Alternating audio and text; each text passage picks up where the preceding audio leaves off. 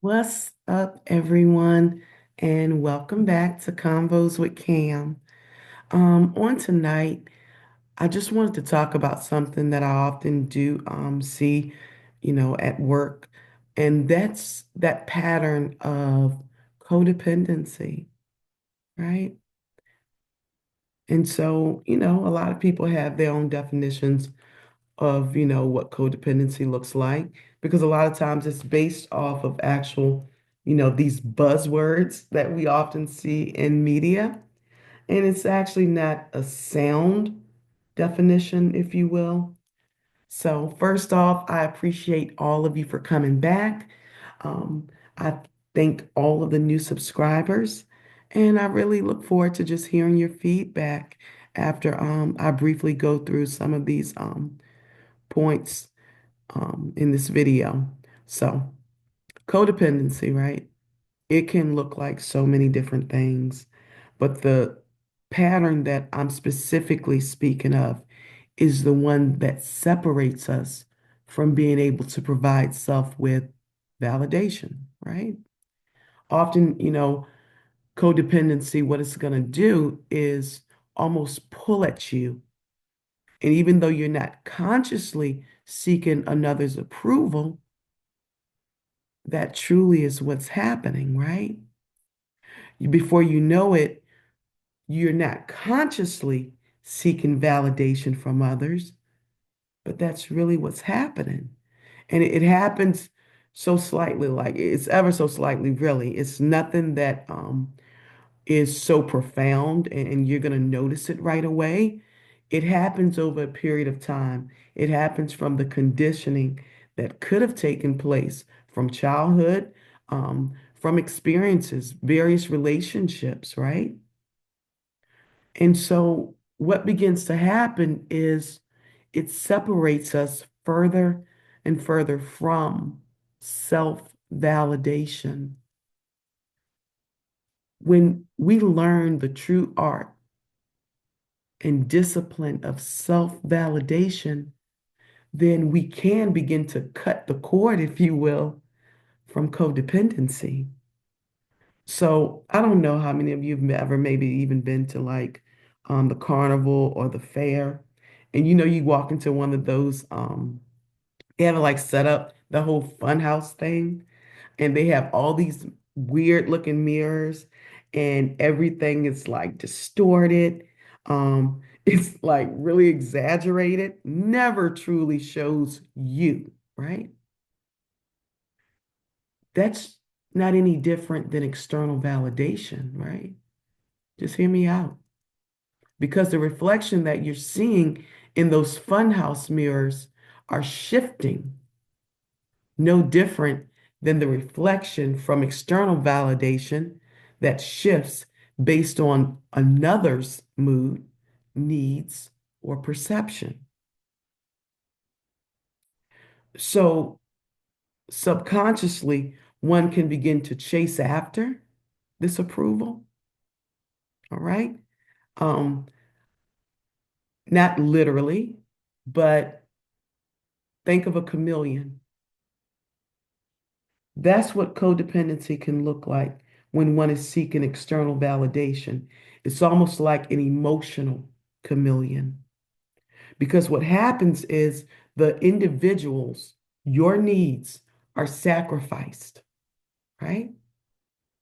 Because now you're trying to mold yourself in order to fit another's narrative. But what is the true cost in that, y'all? Are we even willing to pay this cost? Eventually, you get to a place, you've heard a lot of people where they say, man, I lost myself to such and such, or I felt like I was losing myself. And that's because in this topic specifically that we're speaking of, it's almost like a vampire, right? And what happens is your true essence begins to fade from view. The harder one, seeks this external validation or approval, the further, you know, that unmet need seems to be. At first it was like, okay, I almost think if I do this, then maybe this will happen. Well, if I show them a little more how much I can be there, then maybe in turn I will receive this. But what's really happening? We then are unknowingly pushing away that genuine and authentic connection because we're not even being our authentic selves, y'all. It's almost like placing your happiness on layaway, if you will, right? And you're waiting for someone else to come in line and pay the cost and therefore release you from this emotional bondage.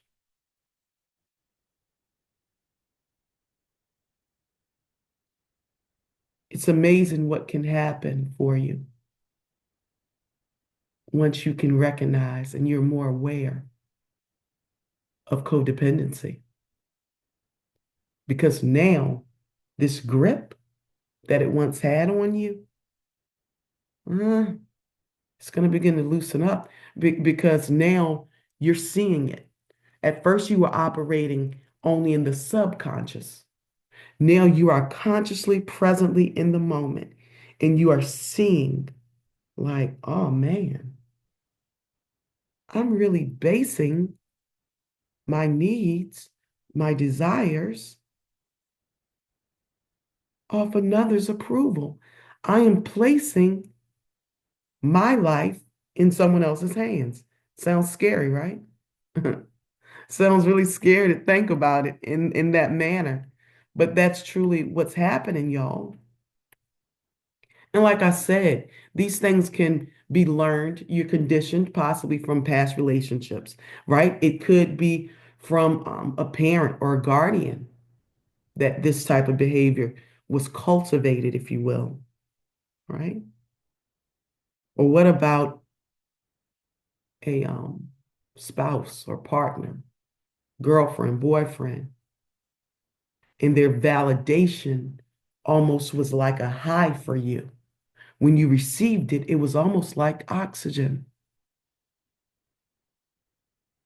Understand what I would encourage you to, even if this is you, even if you're like, oh man, this is what I'm doing, don't see it as a bad thing, right? We often talk about that. No, don't see it as, dad, man, I've been looking at this thing so like totally incorrect that everything I'm going through is my fault.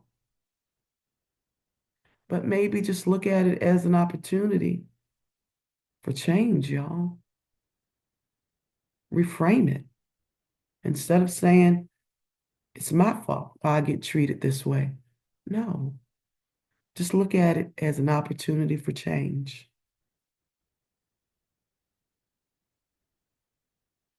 All we're doing is allowing that internal validation to step forward. So that way, internally, that validation is what becomes our compass, if you will. How does it do that? It's because we have now cultivated. We talked about radical acceptance. Well, being able to internally validate yourself is actually radical self-acceptance. That means you are accepting all of you, all of you. Because even if you see flaws or you see something that is like, man, that's so not a good habit. It's an opportunity for change. It's an opportunity for growth. It's an opportunity for now you to truly walk in autonomy, your own power.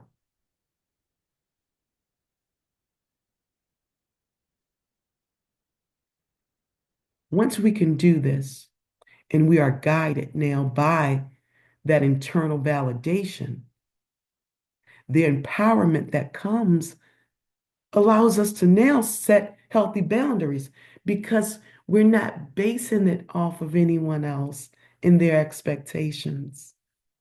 No, we're basing it off of our own self values, our core beliefs, right? We're not walking and living in fear of another person's disapproval, y'all. Just imagine what it could be like to have an unwavering self.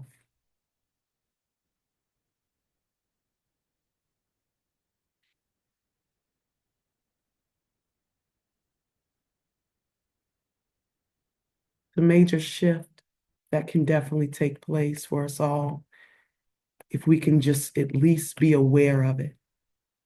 Just be aware of it. Just reflect. I encourage you to. You may know someone else that struggles with this, right?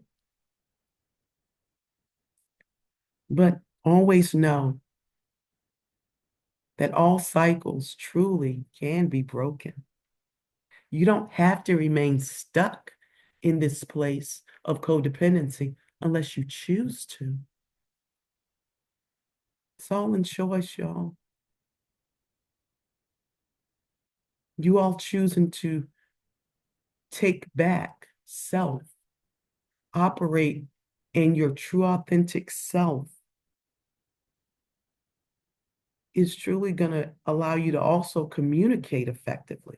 We often say anyone can communicate, but is it actually effective? Right?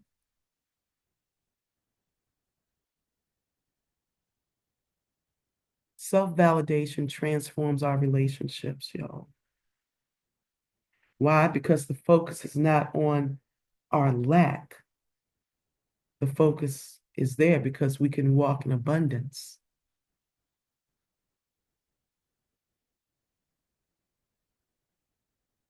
I encourage you, even if you got to go back and listen a few times to this one, I encourage you to really, just check in with yourself.